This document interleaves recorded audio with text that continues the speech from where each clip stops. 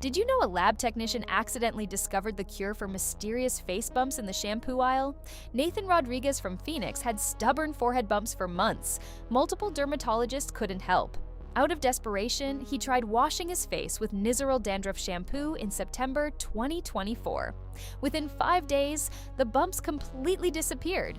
Turns out they weren't acne at all, but fungal folliculitis. His viral TikTok caused pharmacy shortages nationwide as thousands discovered their mystery skin problems had an antifungal solution hiding in hair care.